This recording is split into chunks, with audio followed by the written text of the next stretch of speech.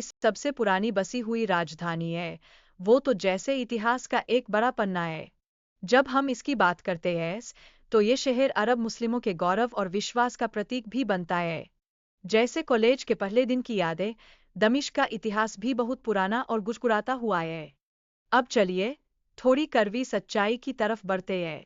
फ्रांसीसी उपनिवेशी प्रशासन ने अल्पसंख्यकों को सशक्त कर बहुसंख्यक को कमजोर करने की एक नीतिगत जुगान शुरू किया। इससे सीरिया में धार्मिक तनाव ऐसे बया जैसे मेस में खुदा की कृपा से किसी ने मिर्ची डाल दी हो। फिर आता है हाफिज अल-असद का दौर, जिसने अपने शासन में एक सांप्रदायिक दृष्टिकोण अपनाया। वो तो ऐसे थे जैसे कॉलेज में परीक्षा में पास होने के लिए घोटाला करने वाले। अपने अल्वाइट समुदाय को सत्ता में ऊंचे पदों पर बिठाने और विरोधियों को बुरी तरह दबाने का काम किया। 2011 में दारा में जब शांतिपूर्ण प्रदर्शनों की लहर चली, तो उसे दमन के साथ मिलाया गया। इससे स्थिति पहले से भी ज्यादा बिगड़ गई और कई लोग इस दमन के खिलाफ उठ खड़े हुए। जैसे ऊपर से बारिश में भीगते हुए कोई कहे, बंद करो भुआ, छाता तो लाओ। अब बात करें सीरियाई विद्रोह की, जिसने कई देशों और समूहों को प्रभावित किया, जैसे ईरान और हिजबुल्लाह की सैन्य हस्तक्षेप के साथ। ये स्थिति दिलचस्प तो थी, पर जटिल भी।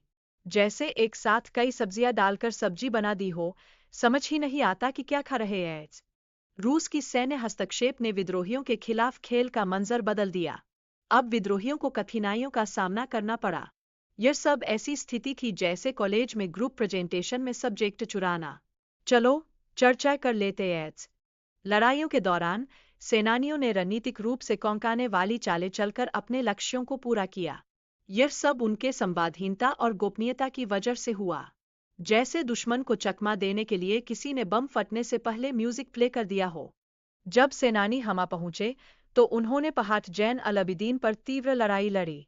ये लड़ाई असल में शासन के पतन का एक प्रतीक बन गई। ऐसा लगा जैसे कोई पेपर सेमिनार में प्रेजेंटेशन में दुनिया का अंत टाइटल दे दिया हो। सीरिया की क्रांति के अंत में असद शासन की हार ने लोगों को स्वतंत्रता का अनुभव कराया। लोग सड़कों पर जीत का जश्न मनाने के लिए निकले। जैसे कॉलेज की डिग्री मिलते ही लोग खुशी से उछलने लगते हैं। सबने कहा, यह कोई किष्किंधा नहीं है, आज तो ऐसा जश्न मनाओ कि सारा शहर गूंजे।